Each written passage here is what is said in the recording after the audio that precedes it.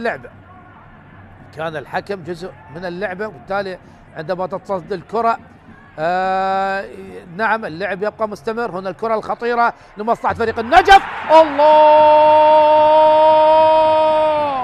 جول جول جول جول جول، عاد النجف، عادت الغزلان، عاد هدير هذه الجماهير، يعدل النجف عن طريق اللاعب نسيم صيود التونسي يأتي بالهدف، يأتي بالتعديل، يأتي بهدف التعادل بعد كرة داخل منطقة الجزاء، نجح من اللمسة الأولى.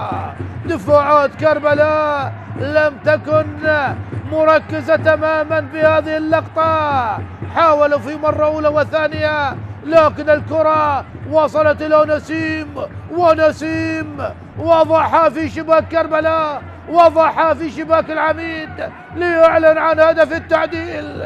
درب مولع، درب نار، درب الفرات.